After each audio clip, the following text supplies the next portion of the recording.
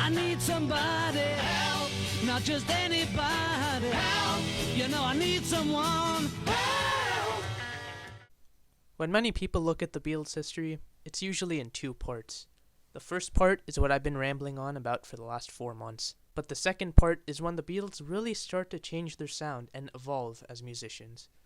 The year that has a combination of these two factors is 1965.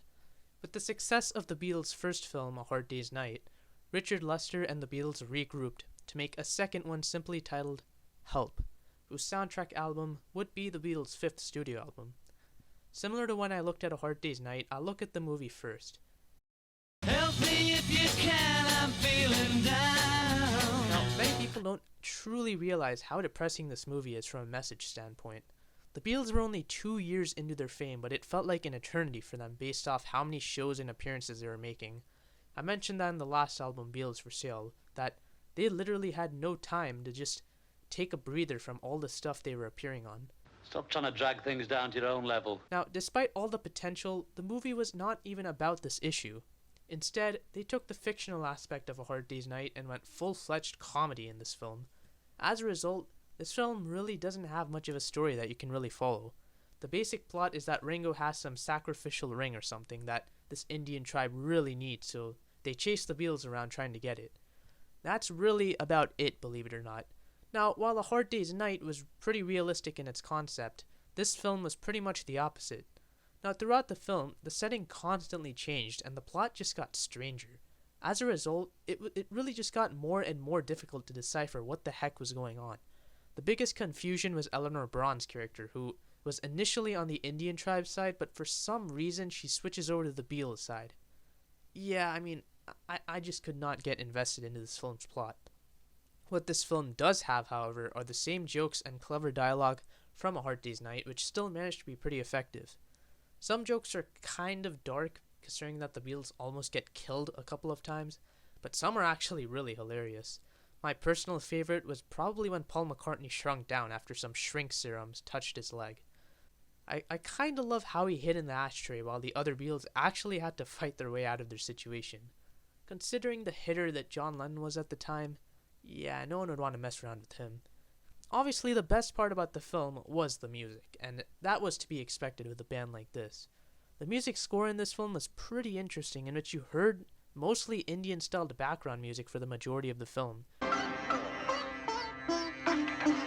The instrument you hear most often is that sitar, which ended up inspiring George Harrison and began his Eastern craze, which would last pretty much the rest of his lifetime. So for George Harrison, I'm pretty sure this period was an incredibly memorable period for him. As for the Beatles songs in this film, need I say they were great? I mean, the film was highly influential for the concept of music videos. I mentioned that with The Hard Day's Night, but I think this film went a step further because of all the different environments the Beatles were performing in.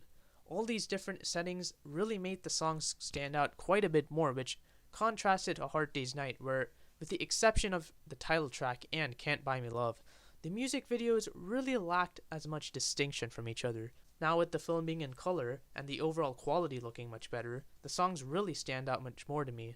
Quality-wise though, I'll save that for a couple of minutes when I review the album. So as a movie overall, this one is a slight step down from A Hard Day's Night plot-wise, but I would definitely still consider it a decent film on its own. It has a wild plot that entertains at times, the jokes and humor are still there, and bottom line, I mean, it's the freaking Beatles. In 1965, no one cared whether the film was good or not, they just wanted to see the Beatles again on a picture. The last thing I want to say about this film though is that this film is where the drugs would start kicking in. This would really be the beginning of when the Beatles would begin experimenting with drugs, and it showed off a bit with the Beatles appearing a bit more hyper than usual in some parts of the film. Though for right now, it was just pot. We haven't yet entered the Rubber Souled Revolver time period where psychedelics would start influencing their music. Help though certainly showed the signs of change, which now leads us to the album itself. It was released August of 1965, which was over 8 months since Beatles for Sale was released, making it one of the longest gaps between albums in the pre-Rubber Soul era. First off, the cover of the album is kind of wrong. No, the Beatles weren't just photographed doing some stretching exercises. They were actually trying to spell the word help in flag semaphore. Well, they screwed up and actually spelled Nujva, and in the capital version, Nuvj. So shouldn't the album have been called Nudge instead? Regardless, the album cover is only a distraction from the high quality music in the album that the album contains. This album, as I mentioned, is really the last album in the first era for the Beatles. Their music progressed in each of their last two albums, but the change in this album was very noticeable. They might still be singing about girls, but musically, we are going to be in for quite a treat. Let's not waste any more time and get right into it. This is Help.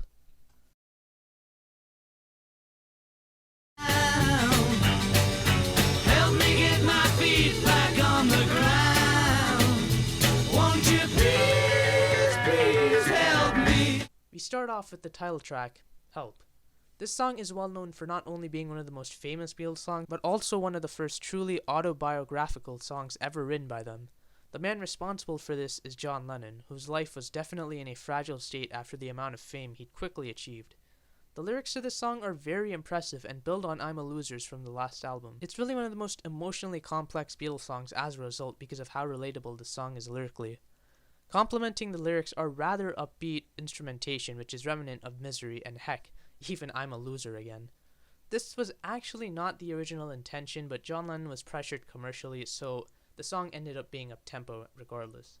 Personally, despite being up-tempo, I still think it conveys the message rather well, especially in the final verse where the drums stop and it's just John Lennon singing with the delicate instrumentation in the background before the drums eventually come back in. Speaking of the drumming though, Ringo Starr really has an amazing performance. He was almost the highlight instrumentally, but the last verse to me was just really powerful and truly hammers in the emotion of the song. I should also mention how great those harmonies are by George and Paul singing alongside John on lead. They don't sing exactly what John sings until the very last line, which leads to the chorus. Just genius. Going back to the last verse though, it really has such a nice counter melody alongside the vocals, and honestly, the final verse of the song is one of my all-time favorite verses of any Beatles song. It's the highlight in 2 of the 3 sections for a reason. I also have a new category called Best Performance, which is rather self-explanatory, but I'm giving it to John Lennon for the absolute work he puts into this track. What else is there to say really? This song is one heck of a classic and is certainly good. Once again, the Beatles perfect the art of the album opener as we start with quite a bang. Were you telling lies the night before? Was I so unwise the night before? Next up, we get to Paul McCartney's first entry on the album, The Night Before. This song can really catch you off guard with just how good it is because of how incredible the vocals are and just how much energy this song contains. The vocals specifically just drive the song home, which is why they're the highlight. Never doubt Paul McCartney when it comes to these kind of energetic songs. Another highlight has to be the guitar work, which is almost as upbeat as the vocal performance. But is the upbeat nature of the song enough for it to be good? No doubt. This is definitely a good song. It's actually got a similar vibe to previous songs such as 8 Days a Week and I Wanna Hold Your Hand, where there's just so much energy in it and the music itself is just so upbeat that it's impossible not to smile along with it. It's also pretty unique since it contains an electric piano, which is actually going to be a theme alert for this album, with a lot of songs featuring some new instruments. This song in particular just features that electric piano, and I almost considered giving the best performance to John because of it. But I feel that Paul's vocal performance here alone just carries this to being one of the best songs on the album. It's definitely a forgotten song when you look at their entire discography, but on this album specifically, it definitely stands out.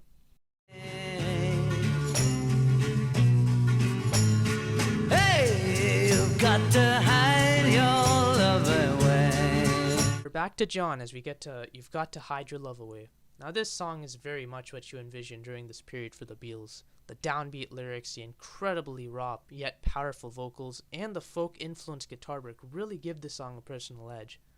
This song is actually rumored to be about their manager, Brian Epstein, as he was homosexual, and homosexuality was still seen as taboo in the early 60s in Britain.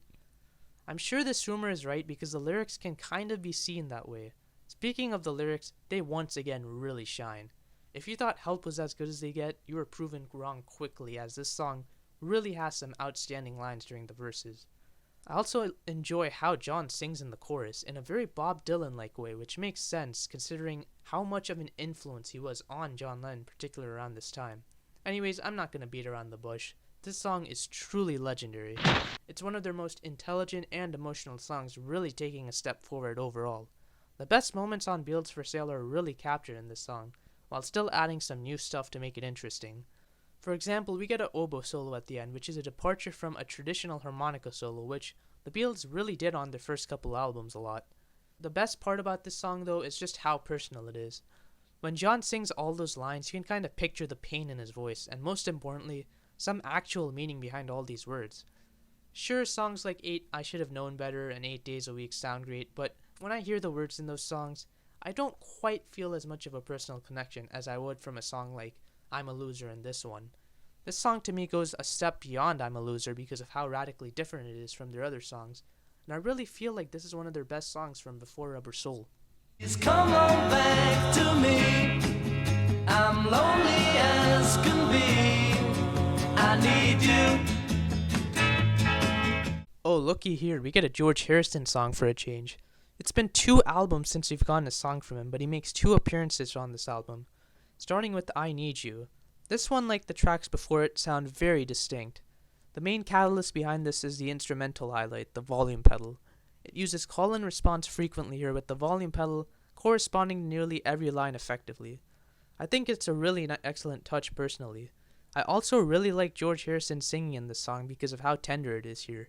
He's definitely improved since his debut all the way back in Please Please Me, and it shows here. Again, the song has a bit of a personal touch to it, and while the lyrics aren't as great as Lennon's 2 tracks, they're still pretty solid for only Harrison's second song he ever wrote. In terms of overall quality, I'm definitely calling this one good. Sure, it's not as upbeat or memorable as the previous 3 tracks, but it holds its own pretty well by distinguishing itself musically and having some bits and pieces here and there throughout the song. It's certainly an improvement for Harrison and a really solid song on its own. Another girl making me say that I've got nobody but you. But as from today, well, I've got somebody that's new. So we get our first, filler song on the album, and Another Girl. This song doesn't exactly add that much new to the table musically, but I really enjoyed the guitar work in this one, which was mostly by George Harrison plugging away at it on lead. The best part about this song, though, is the melody, which is just carried by Paul's voice. Similar to how great the melody in She's a Woman was because of Paul's voice, it makes an even better impact here. Seriously, the melody during the verses is among one of my favorites from Paul's songs because even though it feels lackluster, it still manages to be so effective. It took a while to grow on me personally, but once it did, this melody ended up really staying with me, and now it's definitely stuck in my head forever. As a filler song, it's not particularly going to stand out on this album, but if you enjoy what this song does right, it'll definitely warm up to you. For that reason, I'm calling this one good. It's another song that's on the lower scale of good because it is a rather simplistic song when you get down to it that really doesn't offer much to the table as a whole. Aside from that awesome melody and pretty great guitar work, I can't find that many things to say about this one, which really makes it stand out particularly, especially when you compare it to the previous 4 tracks. However, I do like it, so favoritism probably plays a role here in my rating. You're gonna lose that girl. Yes, you're gonna lose that girl. You're gonna lose. Yes, you're gonna lose that girl. Next up is the first John Lennon and Paul McCartney collaboration. We haven't actually seen that many true collaborations for them since with the Beatles, but we do get a few now and then. This one is definitely defined by those brilliant harmonies that the Beatles are just so great at. They really help make the song incredibly catchy, with the chorus definitely being one of the most memorable parts of the album. What's so perfect about the song though is the percussion, which was so good that Ringo was actually the star here. The addition of the bongos are very light and actually pretty addicting, alongside the awesome guitar work and those brilliant harmonies. Once again though, this is a song that won't stand out lyrically because it has been done before by them, but despite of that, I still think this is a good song. The sound is the most important thing to me, and personally, this one really sounds great musically. This one will definitely get stuck in your head though, whether you like it or not. She's got a ticket to ride. She's got a ticket to ride. She's got a ticket to ride, and she don't care. Closing out the first side of the album and the last song to appear in the film is Ticket to Ride. This is a John Lennon composition, although Paul McCartney claimed it was split 60-40. Lennon said that his contributions were limited to the way Ringo Starr played drums. In both cases, it's claimed that Lennon wrote the majority of it, so it's fair to give Lennon the credit that it's his song mostly. Anyways, this song is the most distinguished sounding song the Beatles have ever made up to this point. The drum beat, for starters, is completely unique and actually pretty heavy near the ending. The guitar work, though, is what really does me in. I'd actually call this song the first traces of psychedelic Beatles. The sound of the guitars especially just sound like a drone, and mixed in with that absolutely unique drum beat, you get such a sensational sounding song. There's no doubt about this one, it's easily a great song. From the drone guitars to the incredible drumming to even the ending of the song where the rhythm of the song quickens as the song fades out, everything works here. I also really enjoy the conclusion of the bridges where the harmonies come to life on the line by me as the percussion stops and then shifts back to its pace on the verses. This one is just incredible. To be honest, it's the most advanced song they ever recorded up to this point before Rubber Soul, and one heck of a closer to side one. We'll make a film about a man that's sad and lonely, and all I gotta do is act naturally. We start side 2 off with Act Naturally, the first cover of this album. Unlike most covers, this cover actually fits rather perfectly on this album, considering that it's about being the star in a film. It's also stylistically pretty unique, as it's close to country as the Beatles get. The main charm to this one, though, is probably Ringo Starr's voice, because it's actually very fitting. It's not confident, but I think that's actually for the better in a song like this. The guitar work, as I said, is very country-oriented, but also rather relaxed and not too up in your face. As a whole, it's hard to judge this one because it's kind of a relaxer after all the thrashing that Ticket to Ride gave, but as a whole, I'd still call this one good. It's definitely still got a lot of charm in it, and while it's not consequential in the discography, I still feel that it has enough appeal to be a good song. It's only love, and that is all. Why should I feel the way I do? Next up is a John Lennon composition, It's Only Love. This song is on John Lennon's hit list of his compositions that he really disliked. I can assume that's because he wasn't a fan of the lyrics, and while I somewhat get that, I actually find the song to be, well, quite good actually. The timbre to this song alone kind of gives this one a pretty bluesy feel. For those of you who've listened to some of the demos and original takes to Beatles songs which were released during the Anthology series, you'll notice how radically different some of them are, including this song. I get high when I see you go by. My oh my. This one isn't one of my favorites, but I feel that it really does a lot of things right. The chorus, for example, is really a nice melody, and the guitar work is such a nice complement to the blues-like feel going on here. Even the lyrics are pretty enjoyable, containing some pretty funny lines, and definitely some brilliant vocal highlights from John. I really enjoy how he sings some of the lines in this song, and it really does seem like a pretty clever joke song when you think about it. I get that this one might not stand out on the album, but it really doesn't have many flaws that would downgrade its enjoyability for me. This one definitely has a charm to it that I feel helps make it quite a good song. Believe me and you know it's true, 'cause you like me too much and I like you. Next is the second and last George Harrison song on the album, You Like Me Too Much. How about that? 2 George Harrison songs on one album. That's going to be a recurring theme from now on as he grows as a songwriter, but at the time, I'm pretty sure it was a pleasant surprise for everyone. Anyways, this song is definitely a song I can picture being on Please Please Me or with the Beatles. It has a very Lennon McCartney feel to it from any angle you look at it. For starters, the song has some pretty incredible piano work from the producer George Martin. That opening piano work is top notch and sets the tone perfectly for the song. Vocally, how about those transitions from the bridges back to the verses? They're so effortless, and I have to applaud George's vocal performance on this one. It's a lot more lively than his previous song, I Need You, and to me, one of his better vocal performances overall. So yeah, this one is definitely another good song. Now, sure, the lyrics to this song are definitely not too impressive, but the other bits in the song definitely make up for that, and it's not only enjoyable, but pretty unique with all 4 Beatles and George Martin kind of combining their skills to make an incredibly fun and addictive tune. It's me.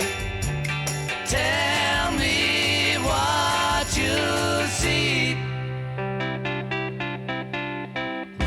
We're in the home stretch now as we got Tell Me What You See, a Paul McCartney composition. First and foremost, that electric piano sequence in the song is definitely among the highlights of the album for me. You don't see too many instrumental interludes from the Beatles, but this song is an exception to that, and man does it really shine during that part. The percussion in this song is also pretty unique, featuring some Latin-styled percussion and pretty soft guitar work as a whole. Then we get to the lyrics, which are some of the best on this album. I've used that term before, but I have to say it again. This one has such a nice connective vibe to it, and some pretty symbolic stuff in general. It's actually pretty beautiful at some parts, and no doubt that this song perfectly reflects the pre-Rubber Soul era. The biggest complaint against this song are the vocals, which are uniquely spaced out to the point where they only repeat one syllable of the word on each beat during the verses. I get that it's pretty distracting when John Lennon struggles to do this, but again, the song is so unique in so many ways because of that. Most importantly though, it sounds so great and refreshing. The Beatles were expanding their sound towards Rubber Soul, and songs like this on Help were the precursor to that. This one is definitely good, actually a personal favorite of mine. I can understand some of its flaws, and I get that this one might be buried in their discography for a lot of people. To me though, it stands out the most of all the tracks I've talked about on this side so far. I've just seen her face, I can't forget the time or place where we just met. She's just the girl for me, and I want all the world to see we've met. Next we have I've Just Seen a Face, which is yet another Paul McCartney composition. If you thought Act Naturally was country, just have a listen to this one. It's incredibly fast-paced and personally just a few elements away from being a total bluegrass song. This one though really shows the brilliance of Paul McCartney. I mean, he really carries the song from his acoustic guitar playing, which he shares with George Harrison, to the absolutely quick delivery of his lyrics. By the way, the lyrics to this song are once again really top-notch. This album has really showcased how great Paul McCartney's love songs have been, and this song specifically is one of his best efforts at that. I mean, the lines just keep pushing and pushing to the point where if you even for a second take your mind off the words, you'll get lost. The melody to this one as a result of the quickened pace is incredibly addicting. The chorus especially is just one heck of a melody, and just look at those lyrics that I put as the lyrical highlight. Seriously, Paul McCartney is such a good songwriter that it's just unfair at times how effortless these things come to him. This one is without a doubt not only good, but one of his greatest songs. It's a prime example of how effortless a song can come to Paul McCartney, and really how great the Beatles' sound was no matter what genre they were aiming for. You heard country rock and Act Naturally, but this one is really just bluegrass and country to great effect. Now it looks as though they're here to stay. Oh, I believe in yesterday. Whew, we're finally here, folks. The most covered song in the history of popular music, Yesterday. Giving a review on this song at this point is pretty hard because everyone just knows how brilliant this one is. I'll do my best though. Let's start with the fact that this is really a Paul McCartney solo song. No Beatles played on this record except Paul McCartney, and I don't think they really could have made much of an impact if they did. I mean, Paul and his acoustic guitar alone are really all this one needed. This is also an example of the perfect breakup song in my eyes.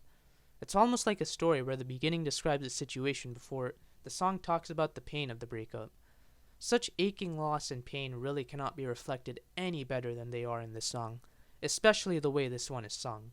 Paul does it pure justice vocally, gliding at some parts but mostly keeping it simple throughout the verses. It's one of the most heartbreaking songs as a result from how raw it is. I also can't forget about the role the orchestra plays in this song. They tug at your heartstrings after they enter in the second verse and just never let up afterwards. All in all, this is one of the greatest songs ever recorded, and despite how simple it may seem on the surface, it's really rather complex when you get down to it emotionally. When John Lennon called this Paul's baby, I can't think of any other better way to describe it really. It's that phenomenal, and the amount of praise I've given it here still isn't enough because it really is that good. What a way to end the album on.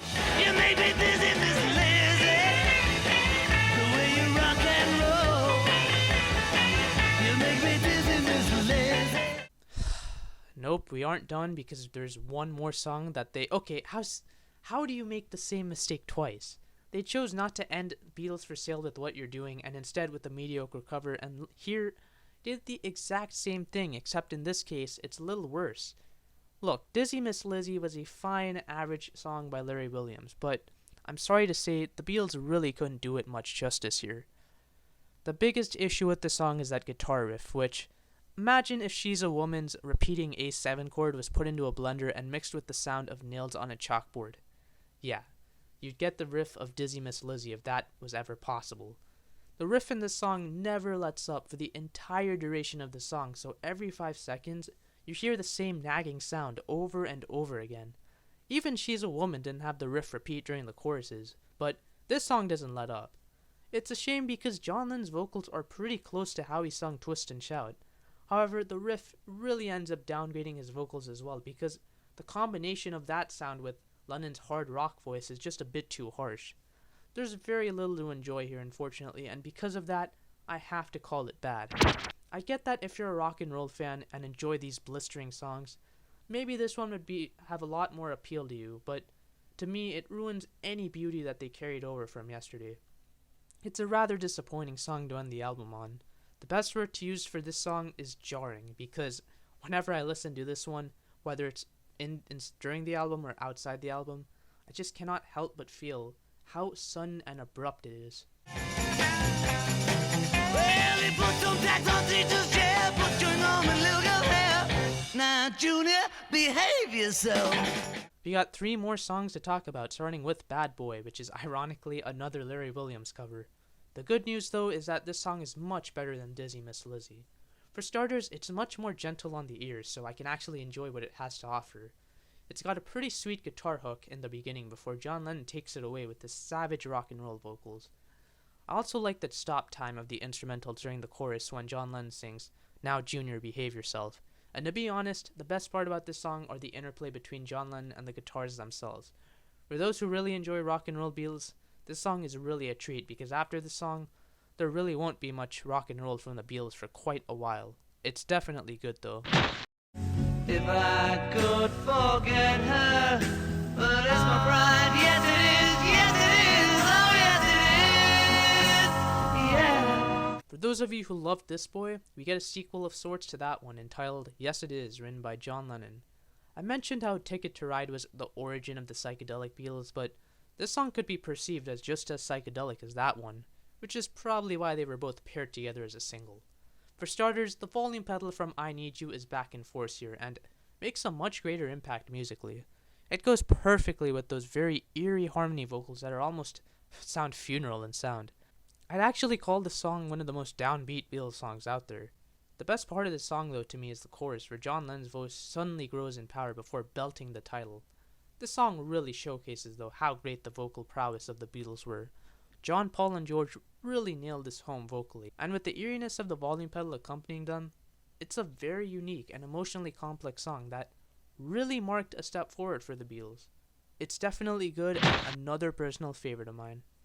You tell lies thinking I can't see. You can't cry 'cause you're laughing at me. I'm down. Finally, we get I'm Down, which is Paul at his rocking best. This one features some incredibly savage vocals and extremely upbeat and kind of heavy instrumentals. This one was inspired by Little Richard, who Paul McCartney was heavily influenced by. Long told Sally. My absolute favorite part about this one is the keyboard solo, because how out of control it is. In fact, all notes on the keyboard are played in succession to the point where John Lennon would actually play the keyboard with his elbows live. When a song is that out of control, yet still incredibly enjoyable at the same time, you know you've really succeeded. The ending of the song also really does me in. It's very similar to a future Ultimate Beatles track where the song fades out with Paul McCartney screaming some notes. This song is definitely good, and despite being incredibly frantic, there's just way too much to enjoy here. So that was Help, which really just showed off the new direction the Beatles were going in. The songs were all pretty unique in their own ways, mostly because of the sound of each one being completely unique in some cases. Songs such as Yesterday, I've Just Seen a Face, Ticket to Ride, and You've Got to Hide Your Love Away were all incredibly memorable because of their instrumentation, and really, to me, that's where this album excelled best. I talked about how great the music in A Hard Day's Night was, but this album might have that album beat in the music category. Let's look at the overall album though, and you'll see that there were 16 good songs and only one bad song when Dizzy Miss Lizzy, which I'll get to again soon. There were no okay songs for the first time in this series of videos, but we have yet to see an album with no bad or okay songs overall. Now let's head to the song rankings, which were once again a lot of shifting around occurred. As I mentioned though, that's going to be a common thing, and once you get to Rubber Soul and future albums, the top spots will all constantly be changing around. The biggest news though is the new number 1 spot, which belongs to Yesterday. In fact, the top 4 songs are all from Help amazingly. Incredible that I Wanna Hold Your Hand got displaced by 4 songs from the same album, but that's just how great the Beatles were, and the direction they were heading in will certainly continue to change the results. Album rankings wise, I consider Help to be their best album now over A Hard Day's Night. Now if you compared the two, A Hard Day's Night only had one okay song while Help had one bad song. However, Help's best songs were definitely much higher quality to me than A Hard Day's Night. It's definitely a close call though, and you can definitely make the case for A Hard Day's Night being better. To close off this video though, let's look at 3 observations I made about this album as a whole. First off is the improved musicianship. I talked a lot about this already, so I'll keep this short, but again, all the songs on this album really stood out one way or another stylistically. The closest song stylistically to the rock and roll roots were actually the title track, but even then, the song did slow down a bit near the end. This change though will definitely be a regular occurrence heading down the road, but on this album, I'd certainly say that the experimentation that you know the Beatles for certainly started here, with volume pedals, land percussion, and orchestra playing a much larger role than usual. Next is the return of George Harrison. He only wrote one song ever up to this point that ended up making the cut, which was Don't Bother Me. On this album though, his songs definitely grew to the point where they actually rivaled some Lennon-McCartney songs. I Need You was definitely better than a lot of Lennon-McCartney songs from past albums, while even You Like Me Too Much had a lot of good stuff in it. George still has a long way to go lyrically, but music-wise, his songs are definitely top-notch and he will only improve as we head forward. Last but not least is The Wrong Ending Part 2. I hate to end off this review with a small rant, but I still can't believe they made the same mistake twice, in succession no less. Look, whether or not you think Dizzy Miss Lizzy is good or not, can't we all see that it's not the same as yesterday quality-wise? I get that ending an album with the downbeat song is a bit of a downer, but if A Hard Day's Night can do it, why can't these other albums? It just leaves you with a bad taste in your mouth after hearing such an incredible song. It was the only bad song on the album to me, but man, it was really a disappointing ending to an otherwise incredible album. One that I consider the best Beatles album up to this point. So that ends not only Help, but the pre-Rubber Soul Beatles. These lads were considered clean, friendly, and mistakenly a boy band. However, one album will change not only the Beatles, but popular music forever. Join me next time when I take a look at that album, which is Rubber Soul.